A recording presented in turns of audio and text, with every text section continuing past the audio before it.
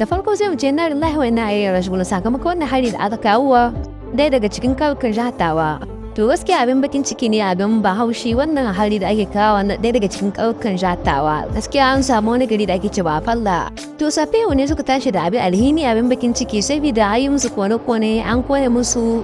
an bi da su ta asibiti. Gaskiya su yi bakin ciki su yi haushi saboda kuma bayan haka daga farko an zo an kone musu rezon su na artal aka kone shi kuma ba labari kuma yan sanda ko a ce sojoji ba wanda ya zo ya bincike ko ya ce kaza ka to gaskiya suna bakin ciki suna shan haushin abin da ake musu to shine suke kira da babban murya suke kira da gwamnati shi duba wannan abin da ake musu ba ne ba ana musu kishin ko kuma ana musu barna wadda gaskiya bata dace ba kuma ba hakanan sun ga wannan barna da ake yi an zo an kone musu wannan rezon su na sadarwa kuma ya daina aiki kuma an zo asibiti su an kone wannan mota ta miji ta za ta ɗauka mutum idan bayan lahiya to suna gani wannan abun idan aka wuce ci gaba da yi to gaskiya abun ba zai yi daɗi ba saboda